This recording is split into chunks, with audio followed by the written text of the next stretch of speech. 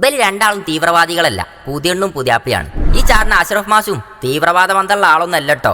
പണ്ട് സ്കൂളായിട്ട് ബന്ധമുള്ള ആളേനി, റിട്ടയർഡ് മാഷാണ്. ഈ നിരന്ന് നിൽക്കണ കയ്യും കാലും പൊന്തിച്ചിന പെണ്ണുങ്ങളൊന്നും തീവ്രവാദ ബന്ധമുള്ളോലല്ല, അടുക്കളനോടും അടുപ്പിനോടും ബന്ധമുള്ളോലാണ്. ഇനി ഇവരൊക്കെ തീവ്രവാദ ബന്ധമുള്ളോലാണെങ്കിൽ ഇവലിടയിൽ നിൽക്കണ ഈ ഞാനും തീവ്രവാദി ആവൂലേ? ഈ വിച്ചാപ്പില്ല നമ്മളെ തിരുപ്പമുക്കര നടൻ മൂപ്പരും തീവ്രവാദി ആവൂലേ?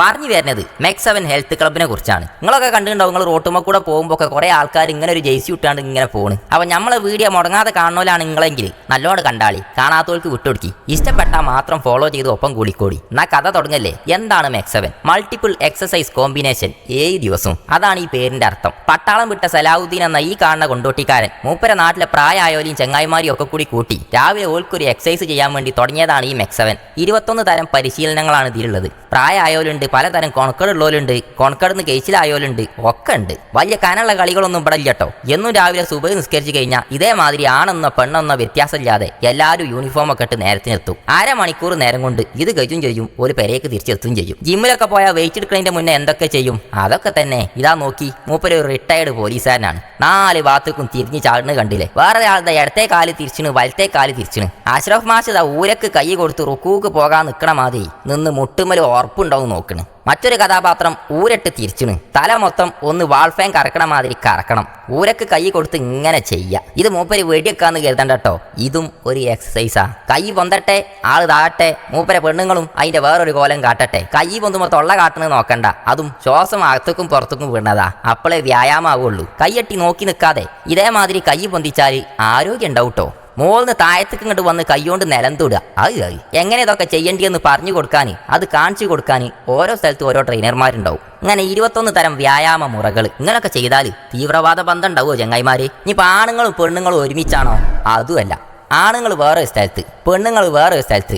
ആണുങ്ങൾക്ക് ആണുങ്ങളായിട്ടുള്ള ട്രെയിനർ, പെണ്ണുങ്ങൾക്ക് പെണ്ണുങ്ങൾ തന്നെ ട്രെയിനർ. ഇങ്ങനൊക്കെ ആക്കിയാൽ തീവ്രവാദ ബന്ധം ഉണ്ടാവുമെന്ന് എനിക്കറിയില്ലട്ടോ. എനിക്കങ്ങനെ തോന്നിയിട്ടില്ല. പക്ഷേ PSC ആയിട്ട് ബന്ധമുണ്ടെന്ന് എനിക്ക് തോന്നിയാണ്. PSC എന്ന് പറഞ്ഞാൽ പ്രഷർ, ഷുഗർ, കൊളസ്ട്രോൾ, ഇതൊക്കെ ആയിട്ട് ബന്ധമുള്ളവരാണ് ഇതിൽ ഭൂരിഭാഗം ആൾക്കാരും. നിങ്ങളൊന്ന് ആലോചിച്ച് നോക്കി, നാട്ടിലെ ഗ്രൗണ്ടിൽ, സ്കൂളിൻ്റെ മുറ്റത്ത്, ബിൽഡിങ്ങിൻ്റെ കോമ്പൗണ്ടിൽ, ഇങ്ങനെ തുറസായ സ്ഥലത്ത് വെച്ച് നടത്തുന്ന ഇത്തരം വ്യായാമ മുറകളെ പ്രോത്സാഹിപ്പിക്കുന്നതിന് പകരം തൊള്ളേ തോന്നിയെ വിളിച്ചറിയുമ്പം ഒന്നും ചോദിച്ചട്ടെ. സർക്കാർ ഉദ്യോഗത്തിൽ നിന്ന് റിട്ടയർ ചെയ്തവരുണ്ട്, ഇപ്പോഴും ജോലി ചെയ്യുന്നവരുണ്ട്, ലീഗുകാരുണ്ട്, കോൺഗ്രസ്സുകാരുണ്ട്, മാർക്സിസ്റ്റുകാരുണ്ട്, സകല പാർട്ടിക്കാരും സകല സംഘടനൻ്റെ ആൾക്കാരും ഇതിലുണ്ട്. അങ്ങനെയാണെങ്കിൽ ഓലെല്ലാവരും തീവ്രവാദ ബന്ധമുള്ളവരാവൂലേ? എന്നാ ഓലൊക്കെ പല പല രോഗങ്ങളായിട്ട് ബന്ധമുള്ളവരാണ്, വ്യായാമത്തിന് താല്പര്യമുള്ളവരാണ്. ലക്കും ലഗാനും ഇല്ലാത്തവനെ എന്തോ ഒന്ന് പറഞ്ഞിരുന്നു കരുതി അത് വലിയൊരു കാര്യമാക്കണ്ട.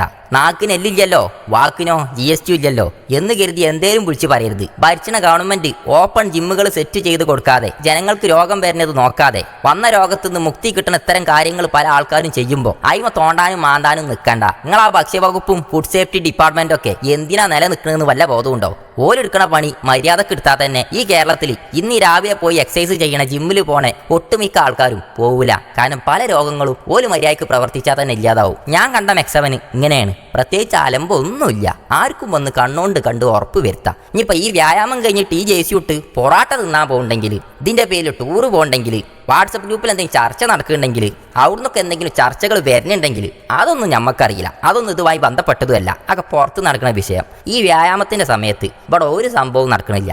ഒക്കെ നല്ല ഹലാലായ കാര്യങ്ങളാണ്. ഇനിയിപ്പോൾ ഇതിനെക്കുറിച്ച് തോനെ അറിയാനും വേണ്ടി ഇതിൻ്റെ ആളെ വിളിച്ചൊരു ഇൻ്റർവ്യൂ ചോദിച്ചപ്പം ഇതിൻ്റെ പേരിലുള്ള ഇൻ്റർവ്യൂകളൊക്കെ നിർത്തിയെന്നാണ് മൂപ്പര് പറഞ്ഞത്. പോണോടത്തോളം പോട്ടെ, മൂപ്പർക്ക് താല്പര്യമില്ലല്ലോ. മൂപ്പർക്ക് താപ്പയ്യ ഉണ്ടാവുമ്പം നമുക്ക് ഇൻ്റർവ്യൂ വെക്കാം.